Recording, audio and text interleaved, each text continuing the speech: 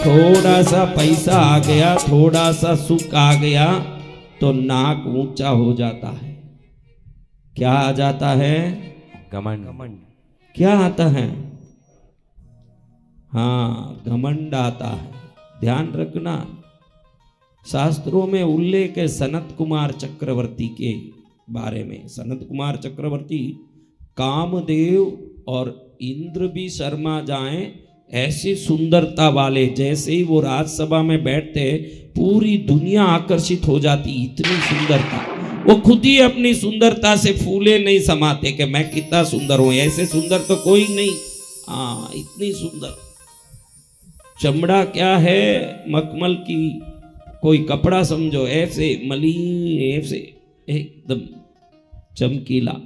रूप देखो तो ऐसा सुंदर, आंख देखो तो चुंबक की तरह खींचे सबको, वाणी देखो तो आकाशवाणी की तरह धमधमाट बजे, इतने सुंदरता। अपनी सुंदरता से खुद ही घमंड में चूर होके सभा में बैठे हैं। अचानक देखे तो शरीर से सब कोढ़ हो गया, एक क्षण में कोढ़ हो गया, पीव गिरने लगा, कीड़े गिरने लगे।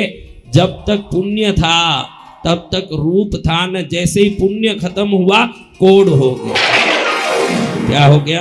कोढ़ हो गया। कब किसके जीवन में दुख आएगा, कब किसके जीवन में सुख आ जाएगा, वापस वो सुख कब पलायन करेगा? कोई आपको गारंटी देने वाला है तो बताओ मेरे को कि भाई गारंटी दे रहा है कि भाई इनके सुख दुख का मेरे को गारंटी है। कौन ले रहा है गारंटी भाई? हाँ, कोई नहीं। तो सदा हमको सदाचार, पुण्य कैसे बढ़ाएं महाराज? कई लोग, हम भी कहते दान करो पुण्य बढ़ेगा, लेकिन दान करा हुआ पैसा सदुपयोग से कमाया हुआ पैसा ही है, इसका भी क्या गारंटी है? पैसा शुभ कर्म से ही आया, इसका क्या गारंटी है भाई? पैसे भी 1000 प्रकार से आते हैं ना भाई। पाप के पैसे का दान भी पुण्य नहीं करता।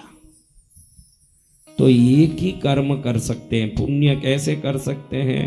पुण्य करना हो तो वाणी में संयम रखें, उतने ही शब्द बोले जो किसी को कड़वा नहीं लगे, उतना ही आंख डाले जिससे मन में विकार ना आए, ऐसी जगह पैर को ले जाएं जहां जाने से कभी पाप ना लगे, ऐसी चीजों का भक्षण करें जिससे दूसरे जीवों की हिंसा ना हो। इस शरीर के हर अंगों का अगर सदुपयोग करोगे तो बिन दूसरा कोई काम कहे भी आपको पुण्य मिलता ही रहेगा, निरंतर। कई लोग कहते हैं हम तो करोड़ों दान कर रहे हैं, हम करोड़ों रुपया दान कर रहे हैं। अब आपको मैं बताऊं कि करोड़ों रुपया जो दान किया वो पैसा ही काली कमाई की हो तो, वो पैसा डकैती चोरी की हो तो बोलो, तो क्या पुण्य मिलेगा? नहीं। तो सरलता से पुण्य मिलता है। आजकल देखो, आप मंदिर भी आते हो, आप सब कहां बैठे हो अभी? आप बोलो, अब घर जाओगे तो क्या गुस्सा खत्म हो जाएगा आपका? हाँ, नजर में जो विकार है खत्म हो जाएगा? नहीं गुरुदेव। हाँ, जो व्यसन कोई भी हो किसी में तो क्या वो खत्म हो जाएगा? फिर किस लिए आना कृष्ण के लिए, ये बताओ। सत्संग का फायदा क्या बेटा? सत्संग में आया है, लेकिन सत्संग का फायदा, साबुन का फायदा मेल निकालना है तो सत्संग का फायदा है दुर्गुण निकालना। वो नहीं निकले तो काहे लिए सत्संग? कहीं भी जाएंगे लेकिन जैसे हैं वैसे ही रहेंगे तो फिर जाने का क्या प्रयोजन महाराज?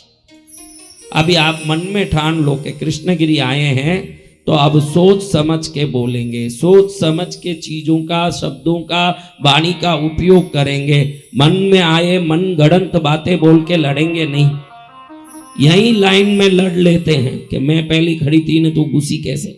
हाँ, घुस ली, क्या करें, जाने दो, घुसी होगी।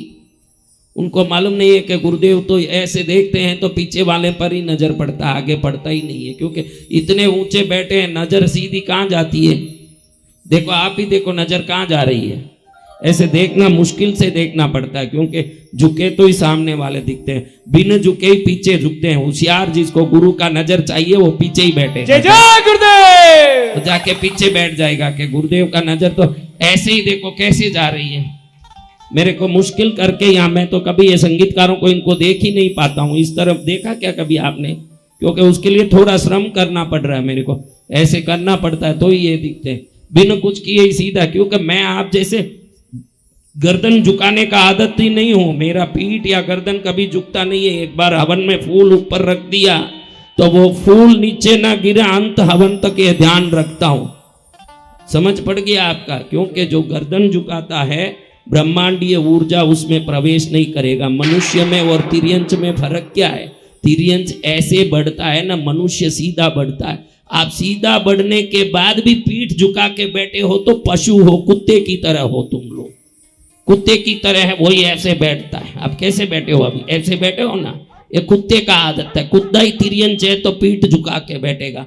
इंसान तो ऐसे बैठेगा ना, देखो हमारी छाती कैसे आगे आ रही है। जब ऐसे आएगी तो ब्रह्मांड की ऊर्जा हमारे सहस्रार से होकर के रीढ़ की हड्डी में जाएगी, तो सदा फुर्ती, ज्ञान, विवेक सब स्वतः ही जागृत रहेगा। जो सिर झुकाएगा, गर्दन झुकाएगा, वो अविवेकी रहेगा। मैं गर्दन झुक के कुछ, मैं तो नजर झुका लेता हूं। अगर कुछ देखना पड़ता है तो ऐसे देखता हूं। आप लोग कैसे देखते हो? हाँ, किसी हालत में गर्दन ना झुके, किसी हालत में पीठ ना झुके। आपके देखो पीठ, अभी मेरे बोलते ही सब तन लिए। 5 मिनट से ज्यादा तुम्हारी बाप की ताकत नहीं कि तुमको तना के बैठे। मेरे जैसे ही बोला ऐसे तन के दिखा रहे हैं कि हम सब तन के बैठे हो। जो हलवा खाया ही नहीं होगा उसके जीभ में कहाँ वो हलवे की चिकनाश टिकने वाली है। तो महाराज, आपको कुछ करना हो ना करना हो, कपड़े की दुकान जाएं, खूब घूम घूम के आए, 1 मीटर कपड़ा भी नहीं खरीदे तो गया हुआ सार्थक है क्या? गहने के दुकान जाएं, एक नतनी जितना भी सोना नहीं ले तो काई लिए जाना? काई लिए जाना बहनों?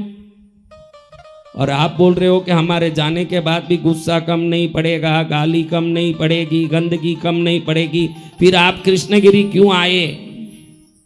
अगर कुछ भी कम नहीं पड़ना हो तो कृष्णगिरी क्यों आए? हजाम के दुकान जाते हो, दाढ़ी वाड़ी निकाल के, जो जरूरत नहीं है वो बाल सब निकाल के मुंह अच्छा से चमका के भेजता है कि नहीं? जी भगवान। कितना लेगा? कितना लेगा? 100 रुपया? 50? उनके दुकान में 50 वाला भी है। 50, 100, 200 जो मानो। अरे मेरे प्यारे बच्चों, जो 200 रुपया लेता है वो भी आपको चमका के भेजता है, तो कृष्णगिरी धाम क्या आपको चमका के नहीं भेजेगा? वो आपको चमका के ही भेजेगा।